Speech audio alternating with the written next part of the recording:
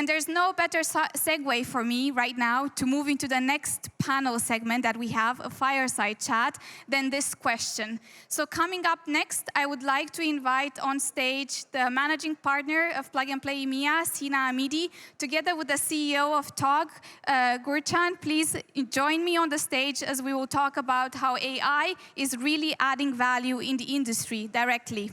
Please, a big, big, big round of applause.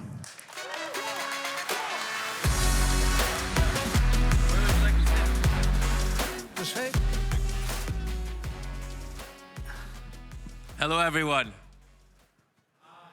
Hi. Hello. Oh, from up here, there's way more people. Thank you so much for joining us again.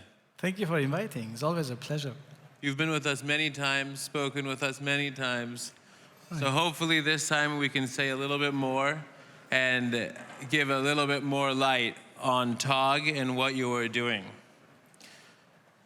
I'm going to go with question 2, but change it a little bit. Less than a year ago, you revealed Con.ai, Togg's own intelligent AI assistant. Now, I would like to know why you did that, but I've also seen many of the corporations here start a health department for their car.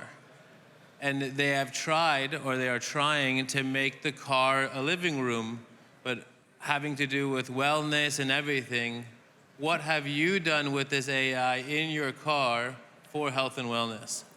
Okay, so maybe I should start with the fact that right from day one on, we were already designing, not only communicating, designing a rather consumer electronics device than a car. So we all knew the world doesn't need the next automotive manufacturer.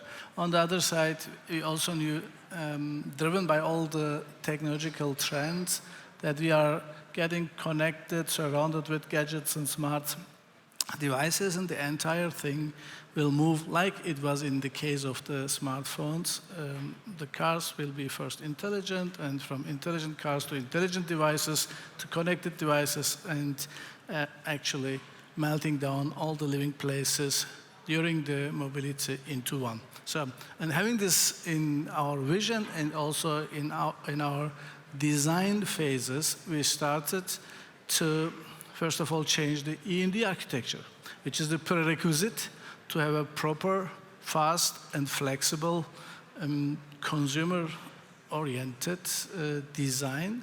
And this design, this electronic architecture with its own computers, gave us the opportunity to sense, to measure, to create value for the user, like we do have it today in our living rooms, in our offices, anywhere we call them as living spaces. So once again, the AI adoption is for us, in that sense, not a transformation. We are born into it.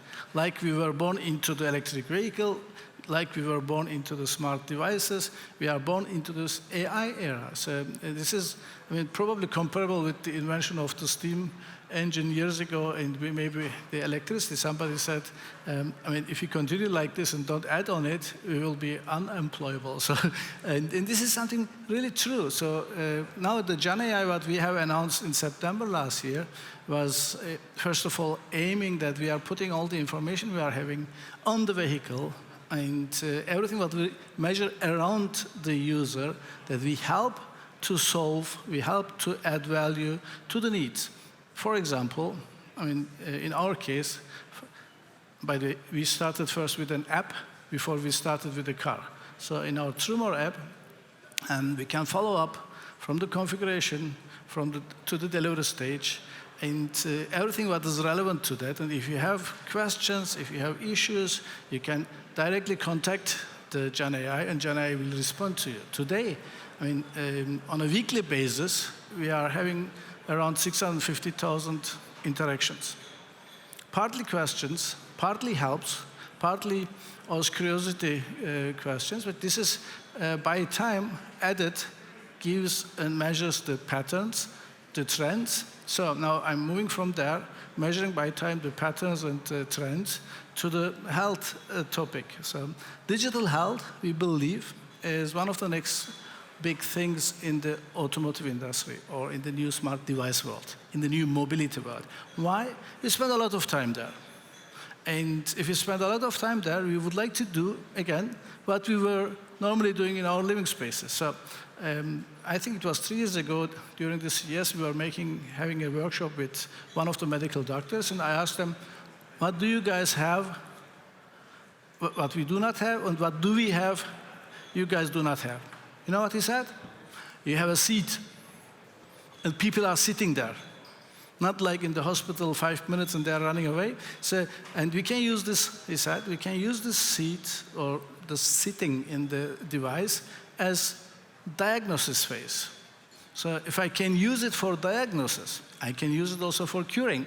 And this is how all started. And today we are together with two of our startups, with your voice, with the development of your voice, the entire respiratory situation. We may predict that you may get a cold. So, or as Saeed says, they made me work a lot, so I lost my voice. So, or if he's really getting a cold or not. So that's one thing. And on the other side, I think there are already measures you can do without having a blood test. So I'm not going to exaggerate it to the topic of bloodless blood tests, but on the other side, we can measure the pulse, we can measure if your mood situation more in detail, and we can help to improve the situation. And this is how it all connects to a living mobility space, living space, which is aiming to redefine the mobility. That is super interesting. I saw a small demo today, and I didn't hear everything you just said. How much of it is live right now? For example, everything with the voice recognition, and from the voice, your mood. This is, you must have seen that already. And on the other side, we have, I said these are POCs, not in serial production yet. So, and probably soon, before the end of the year, we will have them already in our system embedded. And on the other side, also things like the signal from your posture. If you are feeling bad, if you are sitting right, if you have pain, and adding to that relevant music. That relevant music is already there. Yeah? So, because we know already for several years, certain frequencies are good for relaxation, certain frequencies are good for focus and keeping you awake, so we are using it. Wow. Today on my Aura, I found out I've gotten very few crowns in the last quarter. Now I have to worry about my car as well, which is a bit tough. So we all have talked about China, and China coming in very aggressively to the automotive sector. I remember last year you talked a little bit about how you are coping with it and what you have done. Can you tell us a little bit about your partnerships and what you're doing in order to, hedge your bets? Yeah. First of all, since our foundation, it's our principle to collaborate with the number ones and number twos in their field. Doesn't matter if it is battery or connectivity or anything else, because that is needed for speed. Speed is one of the key essential things which dominates success nowadays. So having said this, besides speed, more and more the importance of economy of scale comes also into the foreground. So from day one on, for example, we are manufacturing our batteries with a Chinese-American company. And just 2 months ago, we have announced another strategic partnership with the biggest battery manufacturer of the world, not for batteries, for more than batteries. We all know that the battery electric vehicles are designed around the battery, the entire drivetrain and suspension, etc. So we are working with them together on a skateboard solution. And the skateboard solution, again, first of all, together, if you do it together, brings speed on one side, and on the other side brings also access to economy of scale. So both of them are very much relevant and vital in order to succeed. So, and that gives us the fact that, or leads to the fact that by mid of next year, we are going to have a more affordable, a smaller SUV, and 6 months later we are going to have a sedan fastback version of that, and another 3 months later we are going to have a light commercial vehicle. So putting all those things together, those strategic partnerships with the economy of scale, makes it possible that we release within 12 months 3 models.